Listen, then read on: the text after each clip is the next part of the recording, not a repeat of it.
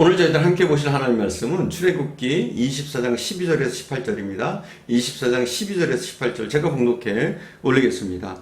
여호와께서 모세에게 이르시되 너는 산에 올라 내게로 와서 거기 있으라. 내가 그들을 가르치도록 내가 율법과 계명을 친히 기록한 돌판을 내게 주리라. 모세가 그의 부하 여호수아와 함께 일어나 모세가 하나님의 산으로 올라가며 장로들에게 이르되 너희는 여기서 우리가 너에게 돌아오기까지 기다리라. 아론과 훌이 너희와 함께 하리니 무릇 일이 있는 자는 그들에게로 나아갈지니라 하고 모세가 산에 오르매 구름이 산을 가리며 여호와의 영광이 시내산 위에 머무르고 구름이 엿새 동안 산을 가리더니 일곱째 날에 여호와께서 구름 가운데서 모세를 부르시니라.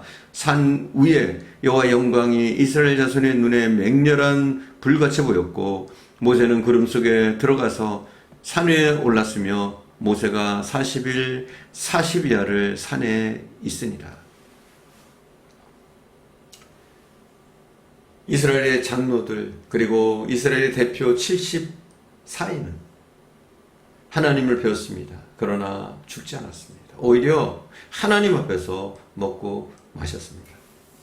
그들이 식사를 마친 후 장로들은 산 아래에 머무르고 모세는 여호수아와 함께 하나님의 산으로 오릅니다. 오늘 본문 말씀 12절과 16절에 보면 하나님께서 모세에게 그리고 14절에 보면 모세는 이스라엘 백성들에게 요청하는 중요한 공통사항이 있습니다. 모세는 하나님을 기다리고 백성들은 모세를 기다리는 기다림의 사역이 여기에 나타나 있습니다. 우리나라 사람들은 다른 나라 사람들에 비해서 너무 서두르고 성급하다는 평가를 듣습니다. 우리는 빨리빨리 참 빠른 것을 좋아합니다. 그래서 우리는 짧은 기간 엄청난 경제 기적을 이룬 나라가 되었습니다. 그런 장점을 갖고 있습니다. 그러나 이것을 신앙에 비춰본다면 어떨까요? 성급하게 서둘러서 신앙에 좋은 결과가 있을까요? 신앙생활은 오래 참고 기다리는 인내가 필요합니다. 어떤 목적이 이루어지지 않을 때, 시련과 고난이 계속될 때, 어떤 결과가 속히 나타나지 않을 때 참고 기다리는 그 기다림이 우리에게 필요합니다. 오늘 본문 말씀은 하나님께서 모세를 부르셔서 그가 하나님을 만나 뵙기 위해서 시내산에 올라가는 이야기가 나와 있습니다. 이스라엘 백성이 출애굽해서 가나안으로 가는 일정은 매우 바빴습니다. 그 인도자인 모세가 산에 오를 겨를도 별로 없었습니다. 그러나 하나님께서 이들이 서둘러 목적지를 향해 나가는 일보다 이들에게 율법과 계명을 제정하고 그것을 친히 돌판에 기록해서 읽히고 배우고 실천하게 하는 일이 더 시급하다고 또 중대하다고 하나님은 보셨습니다. 그러나 모세가 기다리는 시간은 인내를 요하는 시간이었습니다. 분명 하나님이 부르셔서 그 산으로 갔습니다. 구름으로 덮인 산에서 아무것도 보이지 않는 상태에서 6일을 모세는 혼자 있었습니다. 전혀 예측할 수 없는 상태에서 기약 없이 기다린다고 하는 것, 그것은 고통스럽고 불안하고 조바심 나고 견딜 수 없는 일이었을 겁니다. 그러나 그 긴 침묵의 시간을 모세는 기도하면서 하나님을 신실히 믿으면서 기다렸습니다. 하나님의 긴 침묵을 기다리는 방법은 기도입니다. 기도라는 인내의 시간은 우리에게 크나큰 위로의 시간이요, 우리가 할 수 있는 특권이요, 강력한 무기입니다. 그가 기도한 내용이 무엇이었을까요? 사람들은 자기가 계획하고 목적한 것이 속히 이루어지게 해달라고 기도할 겁니다.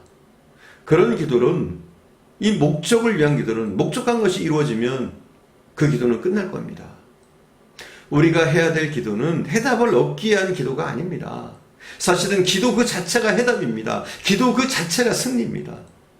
기도는 우리의 요구사항의 나열이 아니라 하나님과 만나고 하나님과 하나가 되는 것입니다.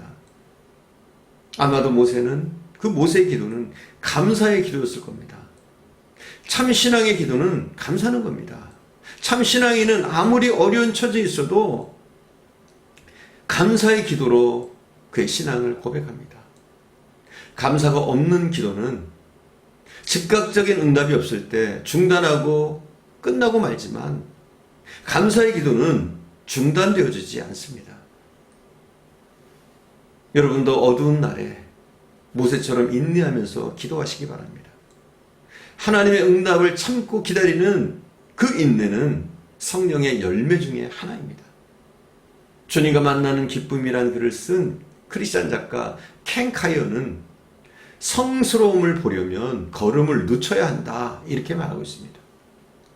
우리가 주님을 만나는 참 기쁨을 얻으려면 때로는 우리는 우리의 발걸음을 좀 늦출 줄도 알아야 된다는 거예요. 오늘 이 자리에 있는 오늘 예배 참여한 여러분은 분주한 삶을 사시다가도 하나님을 만나는 그 기쁨을 위해서 발걸음은 늦출 줄 아는 지혜로운 삶을 사시기를 축원드립니다. 사랑하는 여러분, 하나님께서 모세를 기다리게 하셨고 모세는 이스라엘 백성들을 기다리게 했습니다.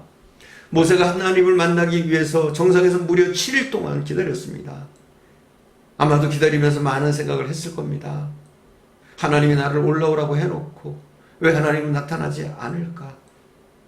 그러나 모세는 6일을 온전히 기다렸습니다. 반면에 이스라엘 백성들은 모세를 기다리는 것에 실패했습니다. 하루를 기다리고 열흘을 기다리다가 그들의 마음에 조바심이 생겼습니다.